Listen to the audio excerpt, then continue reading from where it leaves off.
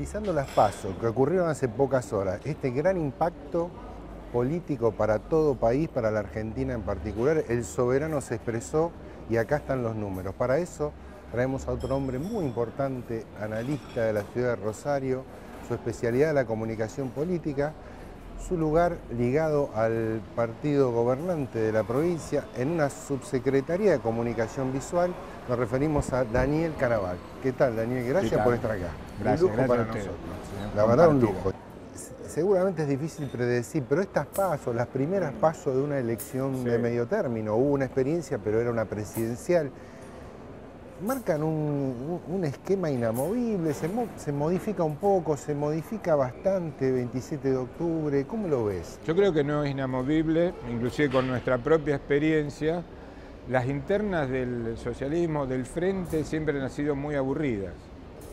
Nunca ha tenido fragor de candidatos, por lo tanto, todas las anteriores las hemos, siempre el PJ, que tenía más candidatos, tenía más ebullición, más folclore, el número era muchísimo mayor. Cuando llegaba el momento de los votos reales, bueno, como pasó con Wiener, con Bielsa y después a posteriori, el frente ganaba. No hay de ninguna manera, no es una película, es una fotografía, una instantánea de un momento y una situación que refleja los niveles de acuerdo, los niveles de desacuerdo que tienen los partidos, y después el reacomodo de ese producto depende de las circunstancias, de la coyuntura de ese momento. Acá nadie, digamos, más allá de la alegría y el buen indicador, nadie compró nada firmado. Creo que cada situación es distinta. Hace un par de años atrás nadie esperaba que Del CER saque los votos que sacó. Hoy un fenómeno distinto le baja la cantidad de votos. Hace unos años atrás el peronismo iba voto a voto, de golpe aparece tercero. Este es un país que es una montaña rusa, está en la punta y baja a 180 por hora, y cuando uno cree que llegó, rebota. Claro. No hay forma que no sea estar extremadamente atento, claro, y vivir escaneando la realidad. Por eso siempre pondero el equipo propio que ha desarrollado el Frente y especialmente el socialismo de sondeo de opinión, porque esto que tiene más de 20 años deja de ser una foto instantánea. Cuando uno junta la totalidad de la foto que ha sacado, tiene una película. Entonces ve determinados devenires, puede sacar conclusiones de mayor profundidad. En esta película que con tanta asertividad, digamos, vino construyendo los equipos de comunicación del socialismo, digo, hasta hace una semana o pocos días, me parece que también desde la película que veía el socialismo se decía, Del CER se cayó bastante. Después no se cayó bastante, no, se cayó bastante poco, que le alcanzó para ser el segundo por lo menos ahora, aunque como vos decís, habría que ver en octubre qué pasa. Pero, ¿qué pasó ahí? Otra vez sorpresa del CER, que decía que se caía y no se caía. Yo creo que con Del CER hay un voto positivo, espontáneo, de gente que lo vota porque sí, y hay un voto vergonzante, como siempre, como pasaba en la época de Menem, que no querían decir, pero por determinadas cuestiones la apuesta esa existía. Hoy hay un sector medio que no va a decir que lo vota a Del CER o a Anita Martínez por las razones que sea, y sin embargo es un voto subyacente que aparece. Y apareció con mayor fuerza, diría, los últimos 10 días. A medida que se estancaba el peronismo, esto subía. Nunca en la proporción que terminó. Nosotros la última encuesta terminamos una semana y unos 10 días antes. Desde un tiempo antes eso se venía produciendo. Yo creo que si se hubiera testeado hasta último momento, no hubiera aparecido en profundidad de todas maneras, pero a lo mejor Casi se ya hubiera empatadito. acercado un poco más. Nunca la diferencia que se 5 produjo puntos, es 90.000 votos. Es mucho. Daniel, uno de los objetivos de Hermes, por supuesto el objetivo primario era hacer la elección que hizo en la provincia de Santa Fe, ratificar su caudal y en lo posible aumentarlo. El otro objetivo es la proyección del año 15.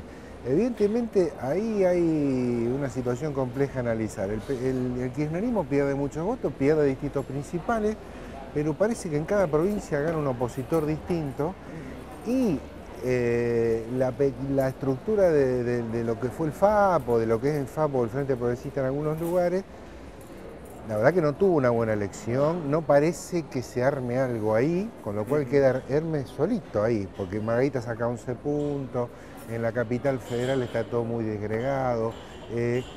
A ver, ¿cómo sigue Hermes para el 15 cuando él sale fortalecido en su sitio, pero como que no tiene mucho más afuera, digamos? Por lo menos... Sí. Yo creo que formar una masa crítica que tenga posibilidades de disputar al peronismo en general, digamos, no le pongamos un denominador. Peronismo de izquierda, de derecha, lo que fuera, acá. El peronismo como concepto, si uno suma los personajes, Insaurralde, Massa, de Narváez, eso es el 65-70% del país. Es muy difícil, en principio, en ese estado de cosas, generar, digamos, esa masa crítica que se necesita como para hacer una opción. Sí, para competir, digamos, para ser competitivo. Sí. El radicalismo, inclusive el que está por fuera del propio frente, ha hecho una inesperada buena elección. En algunas provincias. En muchas provincias se transforma en una segunda fuerza que nadie la tenía tampoco muy buena calculada. En Córdoba. Sí, en varios lugares, el noroeste, algunas. Digo, de ahí puede llegar a salir nuevos formatos, nuevas alianzas. Hay que ver qué termina confluyendo, digamos, al candidato que esté enfrente como para polarizar hacia este sector. Es muy temprano para aventurar. Es futurología muy poco seria, digamos. Claro. Hoy por hoy no existe esa masa crítica que permita hacer, digamos, una elección con una expectativa ganadora.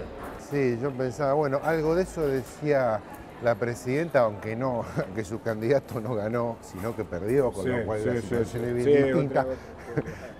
Con el emergente, con el nuevo candidato Martín Insaurralde, que decíamos, bueno, también esta cosa de sí te ayudamos, pero un poco el que perdés sos vos, ¿no? También un poquito eso, no sé cómo viste. Digo, te pregunto esto que no es de tu interés directo, pero es un tema interesante porque me parece que ahí se dirime una cuestión principal en la Argentina, que es la provincia de Buenos Aires, ¿no? Yo siempre cuando doy una charla, cuando charlo con gente del tema, creo que hay un punto en los candidatos que para mí es fundamental, sobre todo cuando tienen condiciones complicadas en lo electoral.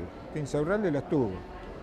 Poco tiempo, la cosa muy forzada y todo lo demás.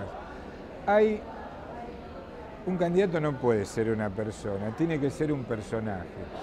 Con lo que eso implica. El personaje, ¿por qué? Porque la gente lo visualiza, lo identifica, lo rotula y se lo guarda ya, que es parte del saber de esa persona. Insaurralde es una cara normal, es una persona que habla entre normal y ahí, más allá de toda su experiencia política. No, es lo que se ve, digamos. Cuesta, a menos que se sature, le cuesta dar ese salto. Digamos, no hay una cuestión, no hay una historia trascendente tampoco de qué lugar se agarra el ciudadano común para tenerlo incorporado. ¿Cuál es el factor emocional que hace que se le grabe en algún lado? Claro. Y no existe. Tiene un componente neutro muy elevado. Claro, se decía, bueno, un chico que está ahí en el medio tipo Scioli, capaz que por eso le va bien, pero Scioli está bendecido por los votos, aparentemente, digamos. Y viene de una historia ganadora como deportista y todo lo demás. Digo, Reutemann tampoco era el gran locuaz, ni mucho menos, pero venía con una historia encima de mucha gente que se había emocionado de verlo ganar o perder. Bueno, es ese valor agregado que te transforma en personaje, el que te facilita el conocimiento y la adhesión o el rechazo. Pero ya contás con el conocimiento, que es, digamos, la mayor inversión que podés tener como candidato. Muchas gracias, Daniel. A vos por invitarme. Qué linda charla, gracias.